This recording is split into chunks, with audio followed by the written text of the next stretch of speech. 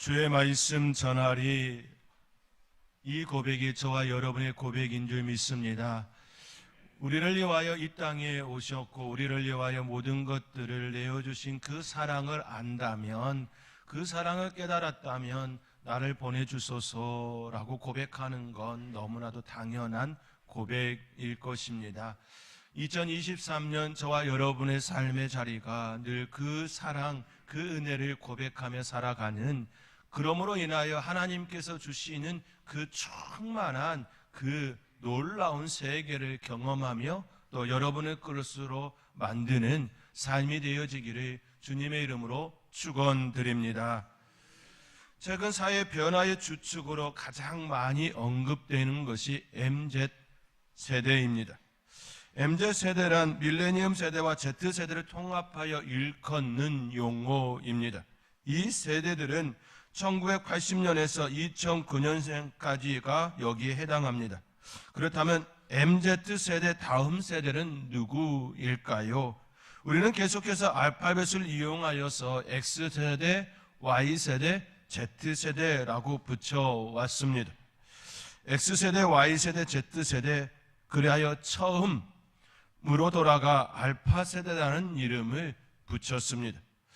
그런데 한 가지 흥미로운 것은 영어 알파벳 A를 쓰지 않고 알파를 썼다라는 것이지요. 이는 우리로 하여금 매우 의미심장하게 다가오게 합니다. 흔히 시작과 끝을 알파와 오메가라고 표현하지요. 알파 세대는 단순히 Z세대의 다음 세대가 아닌 완전히 새로운 종족이 되었다라는 그 의미로서의 알파, 새로운 종족의 탄생을 은유적으로 표현하고 있습니다. 참고적으로 알파 세대는 2010년 이후에 태어난 13세 이하인 초등학교 6학년보다 어린 친구들이 그 주인공들입니다. X세대, Y세대, Z세대, 다시 A로 넘어간 것이 아니라 새로운 종족의 개념으로서의 알파 세대라고 칭하고 있습니다. 이들은 신세대의 기수인 1980년대생 밀레니엄 세대 부모에게서 태어나 이전과는 완전히 다른 방식으로 길러졌습니다. 코로나 사태로 직접적인 영향을 받으며 그 속에서 성장하였습니다. 이들은 태어나면서부터 디지털 기기와 함께 생활하는 진정한 디지털 온주민이 되었습니다. 이들은 지니야 음악 틀어줘, 지니야 뽀로로 보여줘, 지니야 시리야 디지털 기기를 부르는 이 호칭이 너무나도 익숙한 세대입니다. 리모컨을 작동하기에 앞서서 먼저 호칭으로 그러한 이름을 부르는 이들이 바로 이 세대인 것이지요. 아직은 미성년이고 과거의 어린 세대에 비해 인원수도 작기 때문에 알파 세대는 다른 세대에 비하여서 큰 관심은 받지 못하고 있는 것 또한 사실입니다. 그러나 이들은 A포켓, 10포켓, 8주머니, 10주머니라고 불리고 있지요. 엄마, 아빠, 친할아버지, 친할머니, 애할아버지, 애할머니, 이모, 고모, 삼촌, 애삼촌에게서 용돈을 받는다라는 의미로서의 A포켓, 10포켓이라고 그들은 불려지고 있지요. 이들의 부모들은 이들을 위하여 사용하는 것에 대해 전혀 아까워하지 않습니다. 최대한 그들에게 풍족하게 주려 하지요. 다른 어떤 세대들보다 더 풍족한 세대가 바로 지금의 알파 세대입니다. 알파 세대의 가장 일반적인 꿈은 의사도 변호사도 운동선수도 연예인도 아닌 100만 명의 구독자를 보유한 유튜버입니다. 너무 다른 모습이지요. 의사, 변호사, 연예인, 운동선수도 아닌 100만 명의 구독자를 보유한 유튜버라고 이야기합니다. 이들은 유튜버와 함께 배우고 보고 들으며 익히는 세대입니다. 이들의 교사는 유튜버가 되었습니다. 그야말로 전혀 새로운 종족이 이 땅에 태어남이지요. 이들이 이처럼 된 것은 그들의 문화가 디지털 문화이고 유튜버와 같은 영상이 그들의 자리에 많은 중심으로 줄을 이루고 있기 때문입니다. 이들은 그것들을 통하여 배우고 듣고 습득하며 성장하고 자라고 있습니다. 이러한 삶의 환경, 그들의 문화가 그들을 만들어가고 있습니다. 이를 통해 우리가 깨닫는 것은 보고 듣고 하는 것이 얼마나 중요한 것인지 알게 됩니다. 그러한 모습은 성경의 인물을 통하여서도 쉽게 접할 수 있지요. 오늘은 지난주에 이어서 믿음의 선배들의 신앙을 되짚어보고 우리의 신앙과 삶이 어떠해야 하는지 점검해 보고 있습니다. 오늘은 두 번째 시간으로 베드로의 신앙을 살펴보고자 합니다. 베드로의 신앙은 첫째, 보고 들은 것을 실행하는 실천하는 신앙이었습니다. 오늘 본문 20절의 말씀입니다. 오늘 본문 20절의 말씀 우리 함께 읽겠습니다. 우리는 보고 들은 것을 말하지 아니할 수 없다 하니. 베드로와 요한은 제사장과 성전 맡은 자와 사두개인들을 향하여 이와 같이 이야기합니다. 한마디로 보고 들은 것을 실천하며 살겠다라는 말씀입니다. 보고 들은 것을 말하지 아니할 수 없다. 이 말이 결국 내가 보고 들은 것, 이것을 이야기하겠다, 실천하겠다라는 이야기이지요. 베드로와 요한은 성령 강림 사건 이후 변화를 가졌습니다. 성령 강림 사건이 있기 전 그의 모습은 실패자였습니다. 그는 주님을 배반한 배신자였습니다. 예수님께서는 그에게 말씀하셨습니다. 닭이 2번 울기 전 나를 3번 부인하리라. 나를 3번 부인하리라. 예수님의 말씀과 같이 그는 예수님을 부인하는 자가 되었습니다. 그는 칼을 허리에 찼던 인물입니다. 예수님을 잡으러 왔던 제사장의 종의 길을 잘랐던 이가 바로 베드로였습니다. 그는 매우 다혈질적이고 성격이 급한 인물이었습니다. 그러나 그는 예수님을 부인한 배신자였지요. 그것도 아주 연약한 여종의 말에 예수님을 부인한 인물이었습니다. 다혈질적이고 성격이 급하고 굉장히 우락부락한 그런 성격을 가졌음에도 불구하고 허리에 칼을 찼음에도 불구하고 연약한 여종의 그 말에 그만 예수님을 부인한 인물이었습니다. 그렇게 예수님을 부인한 베드로가 예수님의 말씀이 생각나서 심히 통곡합니다. 그를 붙잡아 준 것은 그가 들었던 예수님의 말씀이었습니다. 성경은 이 사건에 대해 이에 베드로가 예수님의 말씀에 닭 울기 전에 내가 3번 나를 부인하리라 하심이 생각나서 밖에 나가서 심히 통곡하니라 증언합니다. 예수님의 말씀이 생각이 났습니다. 그로 인하여 밖에 나가 심히 통곡했다라고 이야기하지요. 그를 붙잡아 준 건 예수님의 말씀이었습니다. 그가 들었던 예수님의 말씀이었습니다. 베드로는 물고기를 잡는 어부 출신입니다. 예수님이 그를 부르기 전까지 그의 생업은 물고기를 잡아 팔아 생계를 유지했던 사람입니다. 그는 대를 이은 어부였습니다. 그러한 그가 학문이 있을 리가 없습니다. 아주 어릴 때부터 생계에 투입되어 배를 몰고 물고기를 잡는 삶으로 모든 시간을 보냈기 때문이지요. 그러나 예수님을 만나고 3년의 삶은 그의 생각과 마음이 성장하고 배우는 시간이었습니다. 어부에서 예수님을 따르는 제자가 되었습니다. 예수님의 치유 사역을 배우는 시간이었습니다. 무리들을 불쌍히 여기고 긍휼히 여기는 그 예수님, 그 모습을 매우 가까이에서 배우고 또 배웠습니다. 또한 예수님의 가르침을 배우는 시간이었습니다. 일상에서 일어나는 수많은 소재들을 가지고 제자들과 무리들을 가르치셨습니다. 그때마다 베드로는 항상 예수님 곁에 있었습니다. 어디를 가든 무엇을 하든 예수님께서 하시는 그 일, 그 가까이에 베드로는 있었습니다. 그들은 예수님께서 행하시고 가르치시고 치유하시고 베푸시는 그 모든 것들을 매우 가까이에서 보고 배운 제자였습니다. 그가 지금 제사장과 정전을 맡은 자들과 사두개인들을 향하여 하나님 앞에서 너희의 말을 듣는 것이 하나님의 말씀을 듣는 것보다 옳은가 판단하라 말하지요. 그리고 우리는 보고 들은 것을 말하지 아니할 수 없다고 말하는 것은 너무나 당연한, 지극히 당연한 일이었습니다. 3년의 그 삶 동안 예수님의 그 공생에 그 기간 동안 철저히 가까이에서 보고 들었습니다.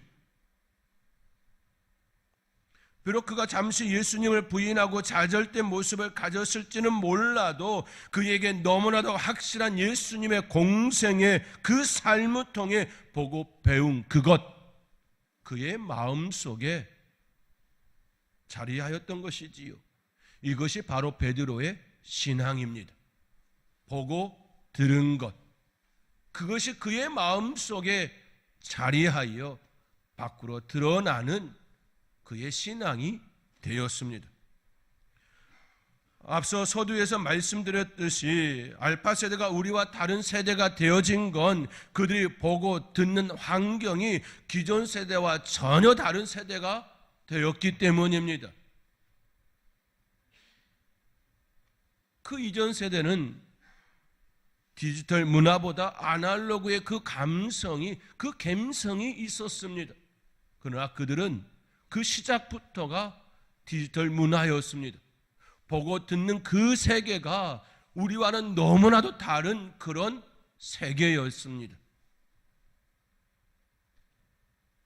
베드로의 환경은 예수님의 공생애가 그의 삶의 자리에 엄청나게 많은 변화를 주었음을, 그의 환경을 통하여 보고 듣는 것이 달라졌음을 통하여 우리는 깨닫는 것이지요.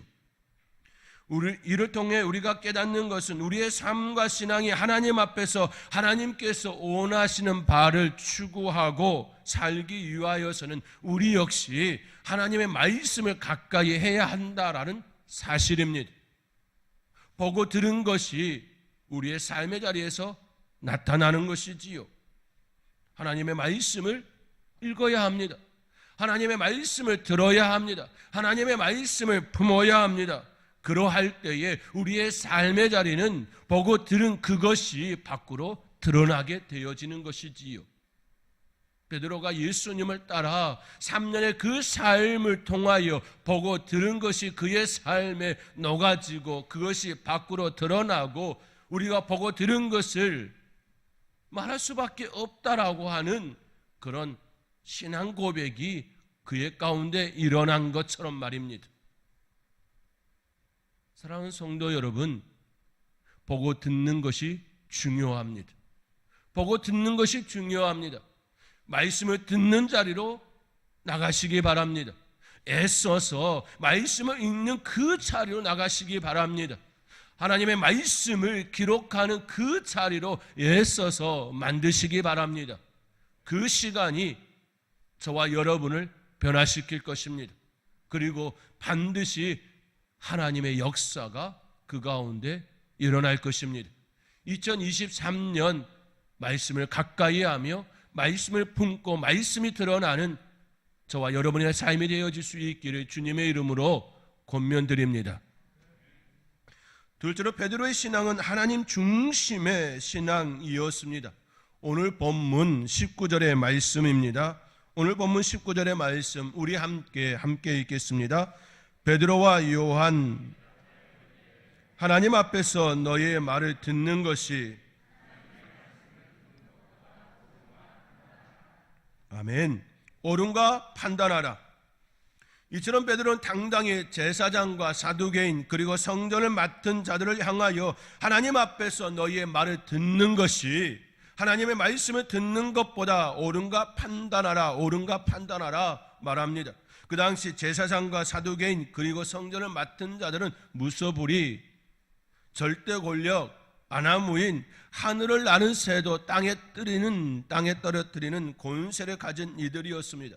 그러한 그들의 눈에 벗어난다는 것은 더 이상 그 사회에서 인정받고 활동할 수 없다라는 선언이 일어나는 것이지요. 베드로가 이처럼 하나님조차 두려워하지 않는 그들 앞에서, 아니 하나님의 권세를 자기의 권세로 변질시켜 놓은 그들 앞에서 당당히 말할 수 있는 이유가 무엇입니까? 그가 알고 깨달은 것이 진리임을 알았기 때문입니다. 그가 알고 깨달은 것이 무엇입니까? 바로 예수 그리스도입니다. 그런 예수님께서 제자들을 향하여 너희는 나를 누구냐 하느냐라는 그 질문에 주는 그리스도시요 살아계신 하나님의 아들이시니이다 고백합니다. 그때 예수님께서 그를 향하여 바요나 시몬아 내가 복이 있도다. 이를 내게 알게 한 이는 혈육이 아니요 하늘에 계신 내 아버지시라고 말씀하지요. 베드로는 알게 되었습니다. 그분이 누구인지, 그분은 실로 살아계신 하나님의 아들, 하나님께서 우리를 위하여 이 땅에 보내신 그리스도이심을 알았습니다. 그는 이 사실을 예수님과 함께하는 동안 보고 배우며 몸으로 체득하였습니다. 철저히 몸으로 배웠습니다. 삶으로 배웠습니다. 예수님은 결코 실현하지 않으셨습니다. 그가 뱉으신 그 말들은 다 이루어졌습니다. 참이었습니다. 거짓이 아니라 진리였습니다. 하나도 예수님의 말씀이 땅에 떨어지지 않았습니다. 그것을 깨달은 베드로 어찌 하나님을 두려워하지 않을 수 있겠습니까? 하나님보다 사람을 어찌 더 두려워할 수 있겠습니까? 진리를 알면 세상의 눈치가 아닌 하나님의 마음을 살피는 자가 됩니다. 진리를 알면 세상의 눈치가 아니라 하나님의 마음을 살피는 자가 되지요. 은혜를 알면 세상의 안락보다, 세상의 편리함보다 내게 맡겨주신 사명을 따르게 됩니다. 자신을 알면 지금의 삶에 감사가 있게 됩니다. 이것이 우리의 진정한 삶이어야 합니다. 진리를 알면, 은혜를 알면, 자기 자신을 알면 새로운 삶으로 변화가 일어나게 되는 것이지요. 베드로는 진정으로 하나님을 아는 자가 되었습니다. 제사장, 사두개인, 성전을 맡은 자들이 아는 것처럼 베드로는 본래 학문 없는 평범한 사람이었습니다. 오늘 본문 13절의 말씀입니다. 우리 함께 오늘 본문 13절의 말씀 함께 읽겠습니다. 그들이 베드로와 요한이 담대하게 말함을 보고 이상히 여기며 또 전에 예수와 함께 있던 줄도 알고, 본래 학문 없는 범인이라는 이 표현은 결코 좋은 표현이 아닙니다. 그들이 베드로와 요한을 매우 보잘것없는 존재로 보았다라는 의미이지요. 그런데 그의 설교를 들으니 그렇지 않았다라는 것입니다. 그에게서 나타나는 그 행위를 보니 그렇지 않았다라는 뜻입니다. 베드로는 그들을 향하여 예수 그리스도를 전파하였습니다. 그것도 매우 설득력 있게 그들의 생각을 압도하였습니다. 베드로는 11절에 이 예수는 너희 건축자들의 버린 돌로서 집 모퉁이의 머릿돌이 되었다라고 증언하지요. 이 말씀의 의미가 무엇입니까? 너희들이 버린 그 예수님이 집 모퉁이의 머릿돌 아주 중심이 되었다라는 것 아니겠습니까? 하나님께서 하나님 아들 예수님을 이 땅에 보내셨습니다. 그리고 그분은 성전을 맡은 자들, 제사장들, 율법사들, 서기관들, 바리새인들, 그 당시 말씀과 성전을 맡았던 그들로 인하여 죽임을 당했습니다. 건축자의 버린 돌이 되었습니다.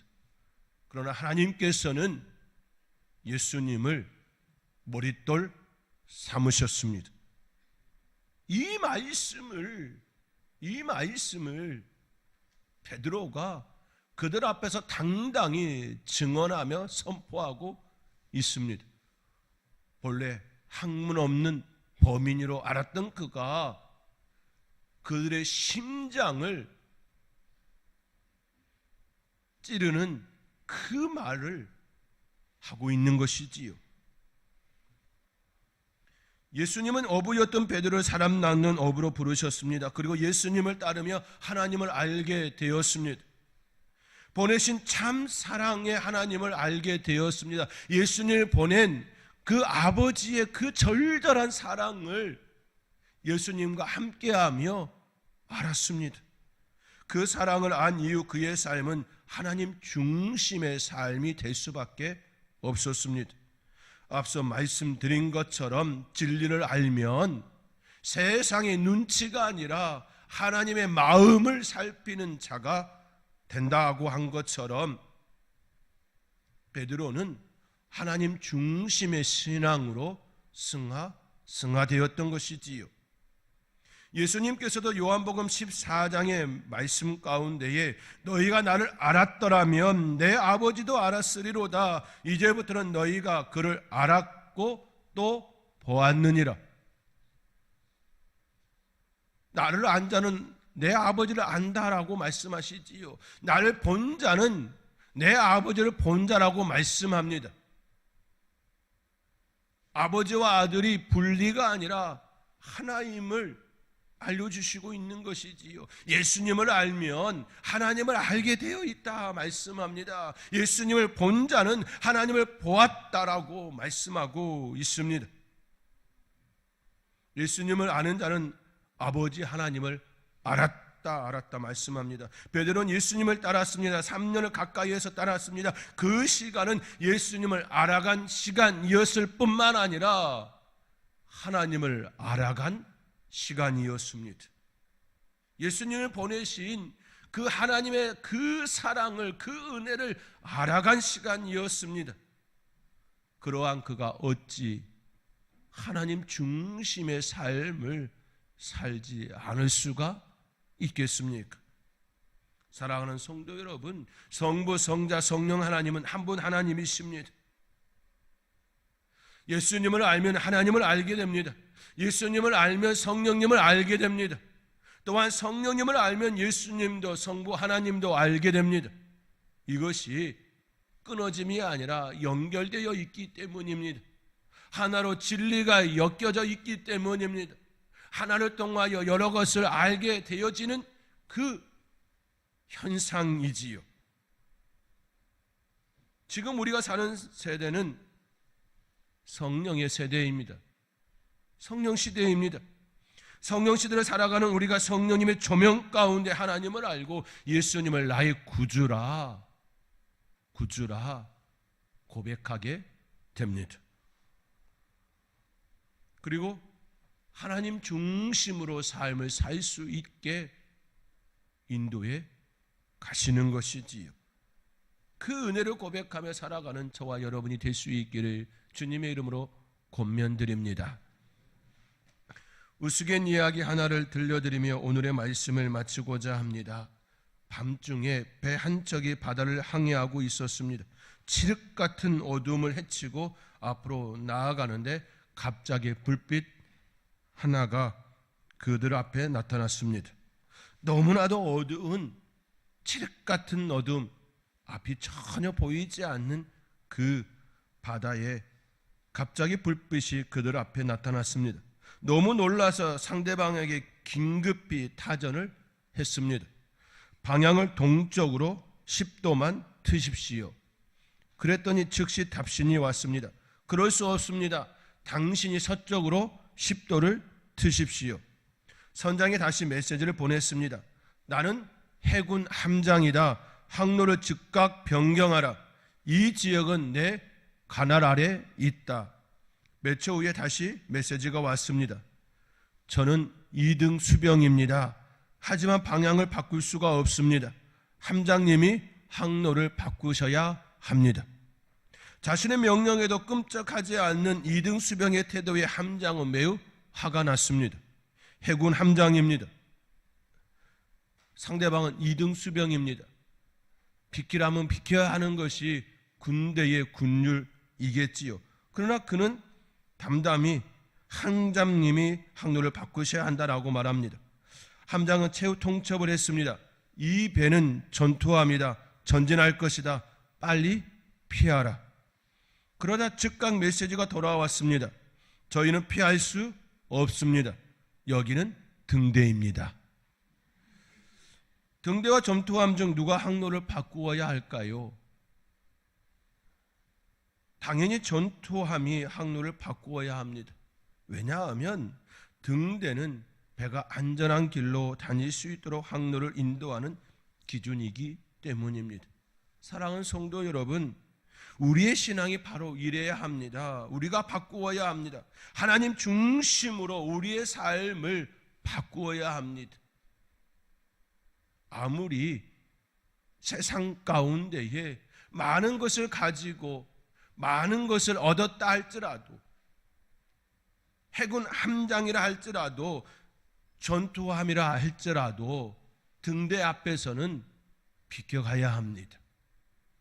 하나님 앞에서는 세상에서 우리가 아무리 많은 좋은 것을 얻었다 할지라도, 높은 자리에 올라갔다 할지라도 하나님 앞에서는 바꾸셔야 합니다.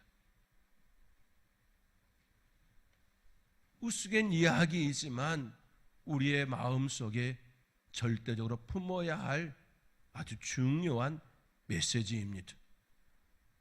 베드로는 그의 삶을 바꾸었습니다. 예수님을 만나고 보고 들은 것, 그것을 통하여 그의 삶을 바꾸었습니다. 이것이 바로 베드로의 신앙입니다. 2023년 저와 여러분 가운데에 보고 들은 것, 하나님 말씀을 중심으로 삶을 살아가는 복된 성도님들이 될 수 있기를 주님의 이름으로 축원드립니다. 기도하겠습니다.